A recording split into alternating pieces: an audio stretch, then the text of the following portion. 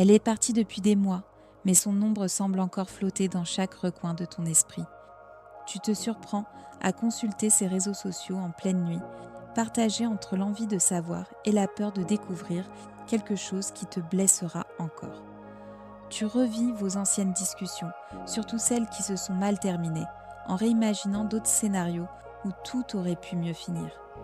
Tu te dis que tu es passé à autre chose. Et pourtant, rien que son prénom suffit à te nouer la poitrine.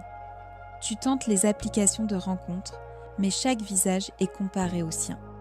Tu retournes dans les lieux où vous alliez ensemble, comme pour chercher un fragment de passé, alors que tu sais que ça ne fait que raviver la douleur. Aujourd'hui, je vais t'expliquer pourquoi tu n'arrives pas à 15 pas à lâcher prise, et surtout comment te libérer de cette prison mentale que tu as construite autour d'une personne qui ne mérite plus d'occuper ton esprit. Avant de rentrer dans le cœur du sujet, prends un instant pour t'abonner et activer la cloche. Tu trouveras ici des vidéos qui t'aident à comprendre tes relations, à te libérer des schémas toxiques et à retrouver confiance en toi. Parce qu'il faut dire la vérité, tu n'es pas en train de regretter elle. Tu regrettes l'image idéalisée que tu avais créée dans ton esprit. Tu ne pleures pas la réalité, mais l'illusion d'une relation qui n'a jamais existé telle que tu l'imaginais. C'est l'un des pièges les plus cruels de notre psychologie. Nous tombons rarement amoureux de la personne telle qu'elle est. Nous tombons amoureux de ce que nous avons projeté sur elle, de ce que nous avions besoin de voir en elle. Nous confondons un potentiel avec une réalité. Nous retenons ces rares gestes de tendresse comme une preuve de sa vraie nature, en ignorant tout le reste. Quand elle s'en va, ce n'est pas seulement elle que tu perds, c'est le futur que tu avais inventé. C'est l'histoire que tu écrivais dans ta tête, alors qu'elle n'écrivait pas la même.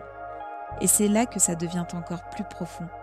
La femme dont tu n'arrives pas à te détacher représentait en réalité des morceaux de toi-même que tu n'assumes pas encore. Si elle était imprévisible, c'est peut-être parce qu'une partie de toi rêve de liberté. Si elle était confiante et affirmée, c'est peut-être parce que tu as toujours été trop accommodant, incapable de dire non. Tu ne t'es pas attaché à elle par hasard. Elle était une sorte de miroir, une projection des qualités que tu voudrais développer en toi, mais que tu n'oses pas exprimer. Et c'est pourquoi lâcher prise paraît impossible, car au fond, ce n'est pas seulement elle que tu dois laisser partir, mais aussi l'idée qu'elle pouvait combler tes manques intérieurs. La vérité, c'est que ton attachement ne parle pas d'elle, il parle de toi, de ton chemin vers la découverte de qui tu es vraiment. Beaucoup d'hommes confondent dépendance émotionnelle et amour véritable. L'amour sain te permet de rester toi-même, entier, indépendant. La dépendance, elle, t'enchaîne à l'humeur, au message et au regard de l'autre. Tu deviens prisonnier d'une personne qui a déjà montré qu'elle ne traitait pas ton cœur avec soin.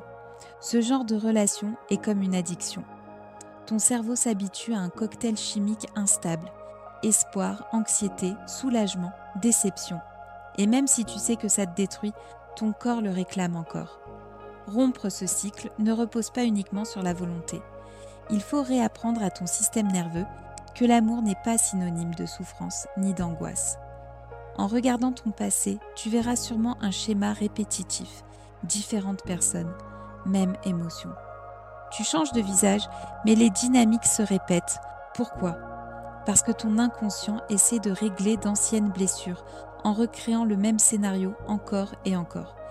Et tant que tu ne prends pas conscience de ce cercle vicieux, tu continueras à choisir des relations qui te ramènent à la case départ. En réalité, ce qui te semble familier, l'instabilité, le chaos, l'angoisse, vient peut-être de tes premières expériences affectives. Et c'est ce qui rend ces relations toxiques si difficiles à quitter. Elles te rappellent inconsciemment ton chez-toi émotionnel, même si ce foyer est douloureux. L'anxiété que tu ressens quand tu penses à elle n'est pas un simple bruit intérieur. C'est un signal. Ce n'est pas la peur de la perdre, c'est la peur de te retrouver face à toi-même, sans distraction. Tant que tu analyses ces mots, ces silences, ces réactions, tu évites de voir la vérité. Tu as construit une version de toi qui vit pour plaire, plutôt que de vivre en alignement avec qui tu es vraiment. Alors comment avancer? La solution n'est pas d'oublier. La solution, c'est de te rappeler qui tu étais avant elle. Celui qui avait des rêves, des envies, une identité propre. Chaque douleur qu'elle t'a causée est une information précieuse.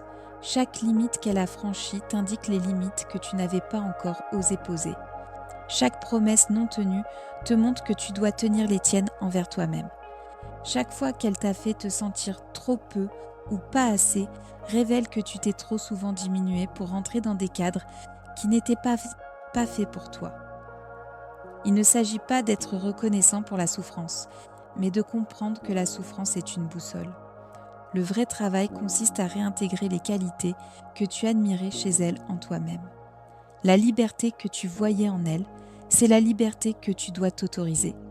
La confiance qu'elle affichait, c'est la confiance que tu dois cultiver. Ce n'est pas devenir elle, c'est devenir plus toi, et cela demande des choix concrets. Créer de la distance physique et digitale, supprimer son numéro, arrêter de la suivre, éviter les lieux qui te rappellent son souvenir, reprendre des activités qui te reconnectent à toi, pas juste des distractions, mais des pratiques qui renforcent ton identité. Tenir un journal, faire du sport, méditer, retrouver ton propre rythme sans dépendre du sien. Surtout, tu dois apprendre à reconnaître la différence entre amour et attachement. L'amour accepte la réalité telle qu'elle est. L'attachement refuse la réalité et veut qu'elle soit autre. L'amour nourrit, l'attachement consomme. Ton chagrin n'est pas une faiblesse, c'est la preuve de ta capacité à aimer profondément. Mais maintenant, il est temps d'aimer avec sagesse. Les relations saines se construisent sur la réciprocité, le respect et la clarté. Elles ne demandent pas de deviner en permanence où tu en es.